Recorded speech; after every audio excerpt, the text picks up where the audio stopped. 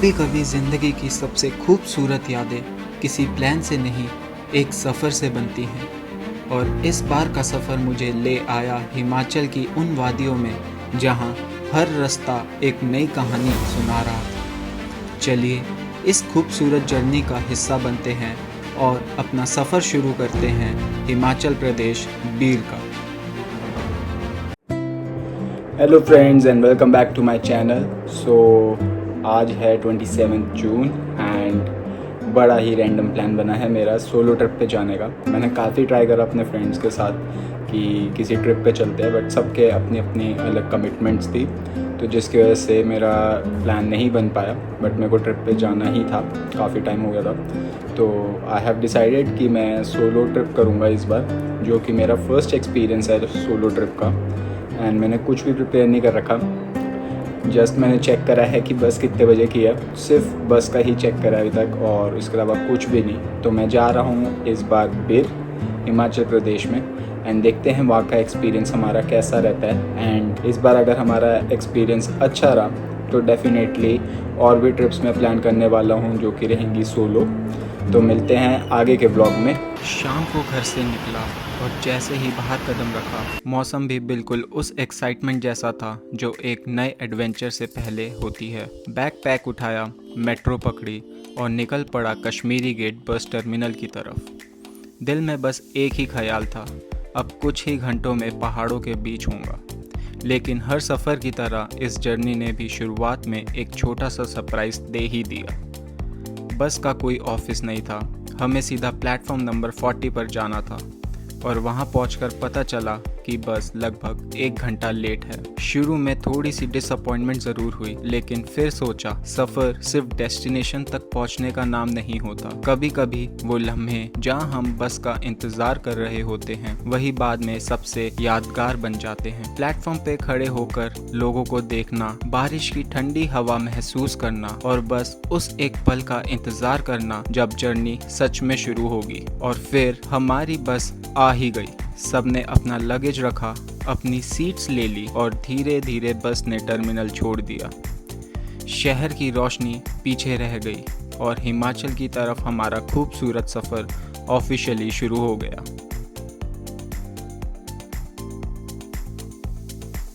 और हमें लगा था कि अब सफ़र आराम से शुरू हो जाएगा, लेकिन दिल्ली से बाहर निकलते ही एक और सरप्राइज़ हमारा इंतज़ार कर रहा था।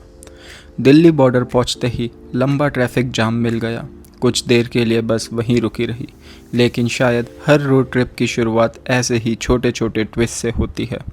धीरे धीरे ट्रैफिक क्लियर हुआ और फिर हम अपनी डेस्टिनेशन की तरफ बढ़ने लगे। काफ़ी देर का सफ़र तय करने के बाद रात को हमारा पहला स्टॉप आया। सबको भूख लग चुकी थी और अब वक्त था गरम गरम डिनर का।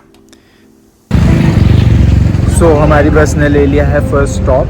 अब हम पहुंच चुके हैं मूर्थल, एंड हमारा फर्स्ट जो स्टॉप है वो है हवेली पर। फटाफट से कुछ खाता हूँ, सिर्फ 30 मिनट्स के लिए बस रुकी है, एंड इसके बाद जो कंडक्टर है वो कह रहा है कि सीधा 6:30 पे बस रुकेगी। मैं अपना फटाफट से डिनर करता हूँ एंड उसके बाद आगे की जर्नी कंटिन्यू करते हैं।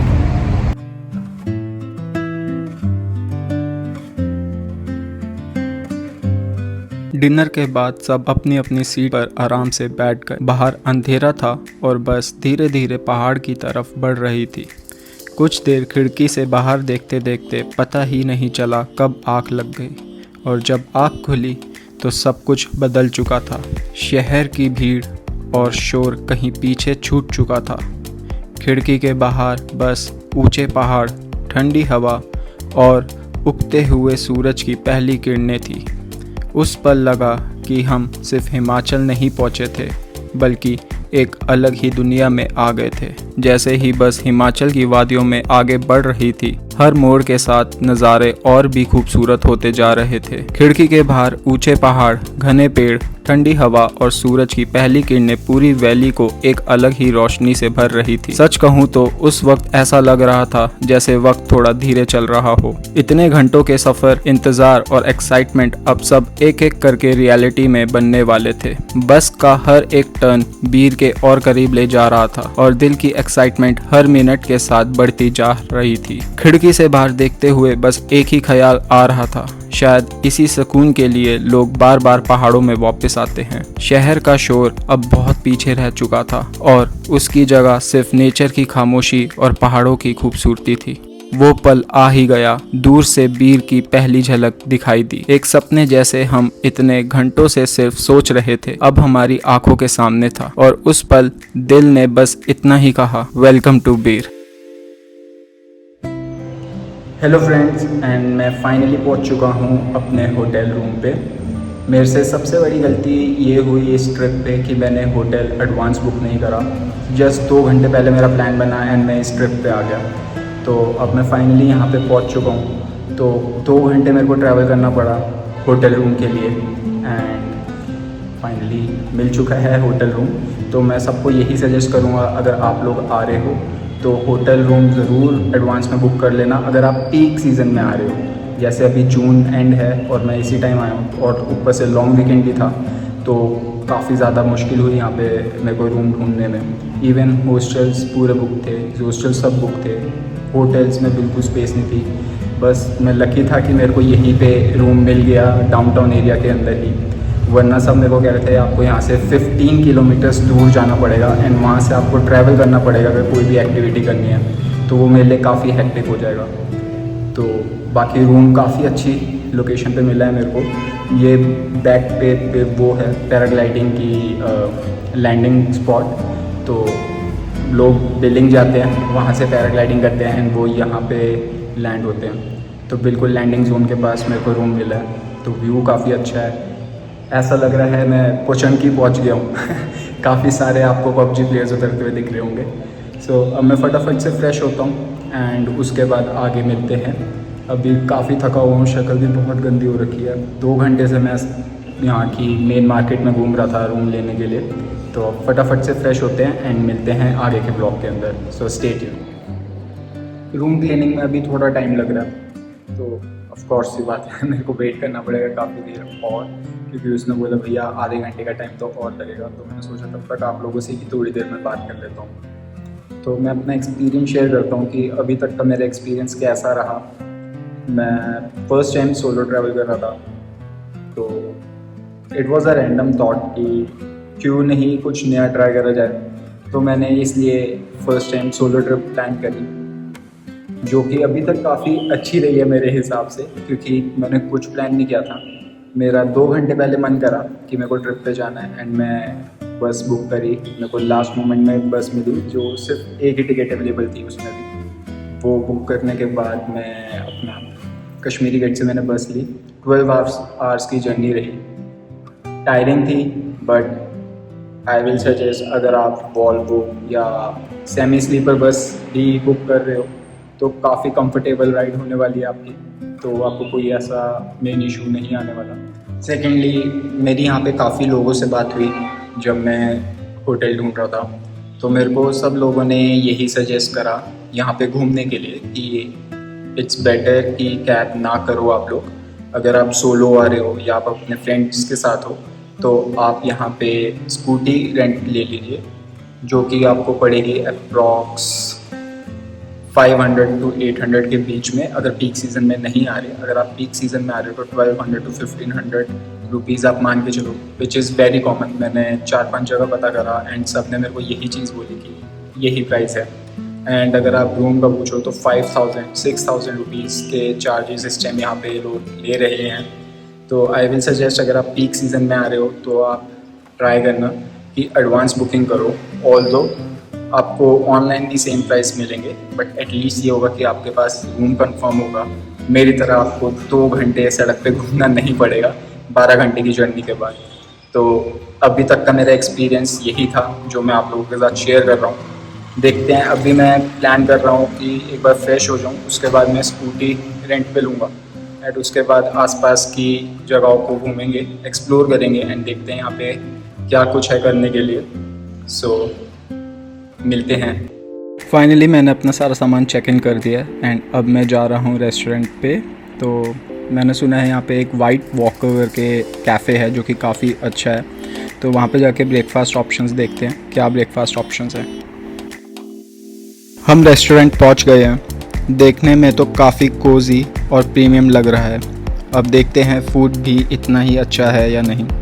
मैंने ऑर्डर किया था कॉफ़ी एंड आलू के परांठे, क्योंकि इनके पास ग्रिल सैंडविच और कोई चीज़ उस टाइम पे अवेलेबल नहीं थी मॉर्निंग टाइम पे, तो मैंने इसलिए ये सारी चीज़ें ऑर्डर करी। ऑल्दो जो यहाँ का व्यू है वो काफ़ी सुंदर है। आप यहाँ पे बैठ के पैराग्लाइडिंग एंजॉय कर सकते हैं। आप देख सकते हैं बिलिंग से लोग बीर पे लैंड होते हुए, तो काफ़ी अच्छा व्यू है। तो मैं अपना कॉफ़ी एंजॉय करता हूँ इस व्यू के साथ, एंड आप लोग भी इस व्यू को एंजॉय करें, एंड आई होप आपको ये पसंद आएगा।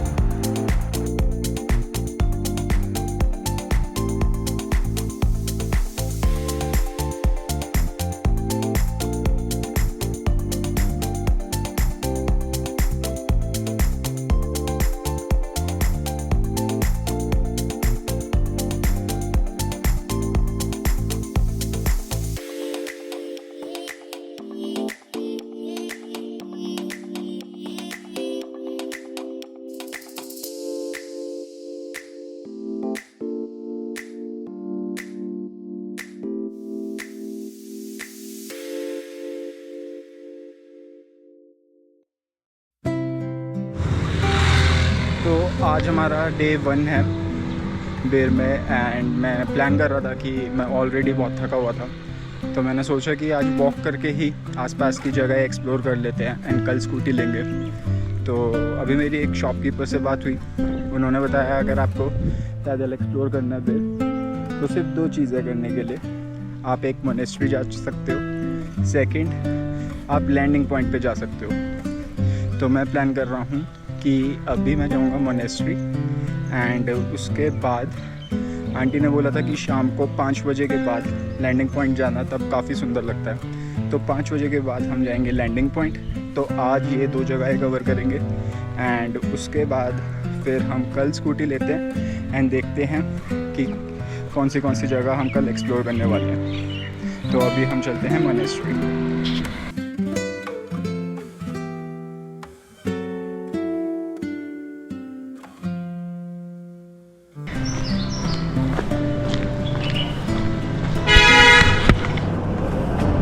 यहाँ पे 2 मोनेस्ट्री हैं, तो मेरे को यहाँ के लोकल्स ने बोला कि आप आगे वाली मोनेस्ट्री में मत जाओ, उससे अच्छा ये जो मोनेस्ट्री है इसमें जाओ, ये काफ़ी सुंदर है और सच में काफ़ी सुंदर भी लग रही है।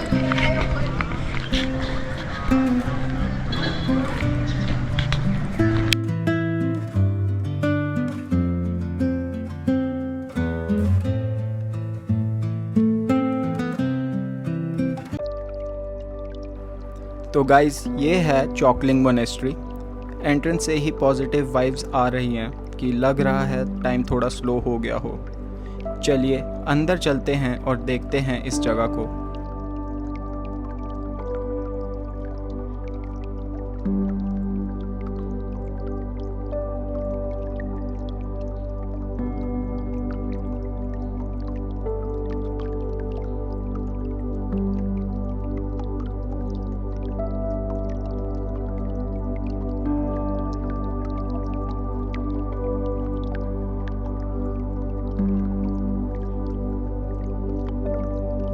हर कॉर्नर एक कहानी सुना रहा है।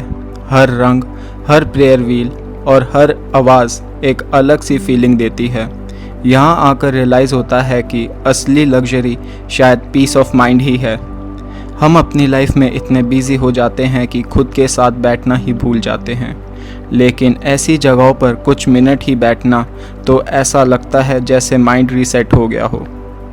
इस मोनेस्ट्री के आर्किटेक्ट और डिटेलिंग ऑनेस्टली बहुत ही ब्यूटीफुल है। हर छोटी चीज़ में इतनी मेहनत, मीनिंग छुपा हुआ है। अगर आप कभी यहाँ आएँ तो सिर्फ फ़ोटोज़ मत लीजिए, थोड़ा वक्त निकाल कर इस एटमॉस्फेयर को फील भी कीजिए। कुछ प्लेसेस सिर्फ मेमोरीज नहीं देती, वो आपके अंदर कुछ छोड़ जाते हैं। चॉकलिंग मोनेस्ट्री मेरे लिए उन्हीं जगहों में से एक है। चलिए अब देखते हैं हमारी जर्नी हमें अगले एडवेंचर तक कहाँ ले जाती है।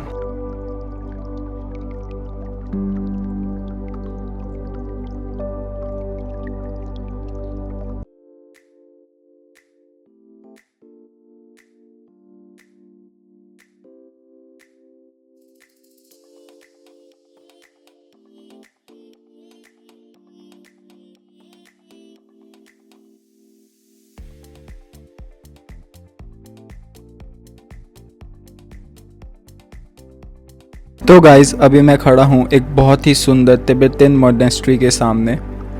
सबसे पहले अगर आप इस गेट को देखो तो इसका आर्किटेक्ट और colour art work immediately attention grab कर लेता है।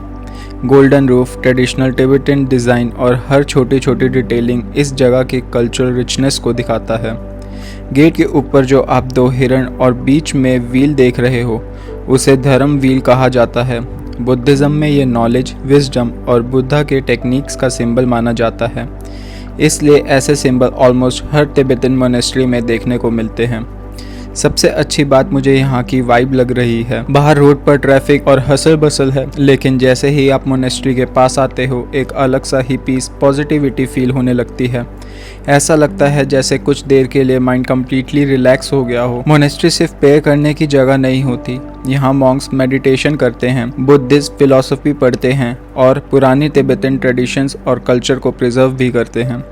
इसलिए ये प्लेस स्पिरिचुअलिटी के साथ साथ हिस्ट्री और कल्चर का भी इम्पॉर्टेंट पार्ट है। मैं अनफॉर्चुनेटली इस मोनेस्ट्री का एग्जैक्ट नेम नहीं पता कर पाया, लेकिन अगर आप में से किसी को इसका नाम या हिस्ट्री पता हो तो कमेंट में ज़रूर बताना, मैं भी जानने में बहुत इंटरेस्टेड हूँ। मोनेस्ट्री की शांति को पीछे छोड़ते हुए हम निकल पड़े हैं बीर के एक और फेमस स्पॉट की तरफ, बीर लैंडिंग साइट। एक तरफ मेडिटेशन का सुकून था और दूसरी तरफ एडवेंचर का एक्साइटमेंट हमारा इंतज़ार कर रहा था। हर तरफ माउंटेन, ठंडी हवा और ऐसे व्यू जो कैमरे में तो कैप्चर हो जाते हैं, लेकिन असली फीलिंग सिर्फ यहाँ आकर ही समझ आती है। गाइस, हम फाइनली बीर लैंडिंग साइट आ गए हैं और ये जगह रियलिटी में वीडियो से भी ज़्यादा ब्यूटीफुल लग रही है।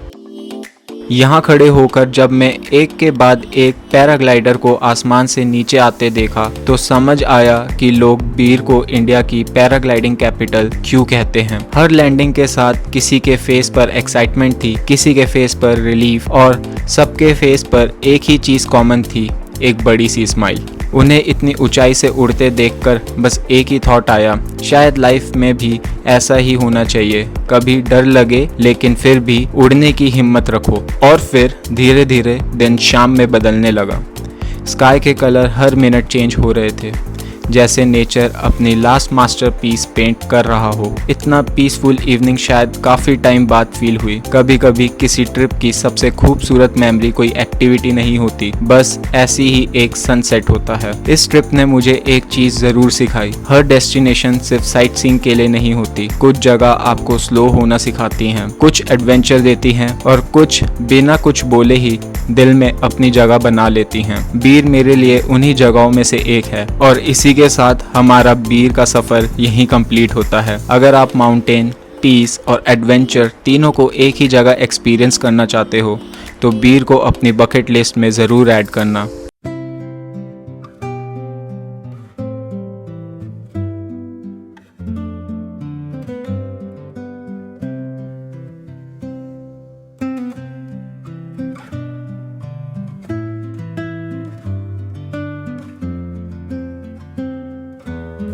अगर वीडियो पसंद आई हो तो एक लाइक ज़रूर करना, चैनल को सब्सक्राइब करना और कमेंट करके बताना कि बीर का कौन सा पार्ट आपको सबसे ज़्यादा पसंद आया। मैं मिलता हूँ आपसे नेक्स्ट एडवेंचर पे। तब तक कीप एक्सप्लोरिंग, कीप स्माइलिंग और हर जर्नी को सिर्फ देखो मत, उसे फील भी करो।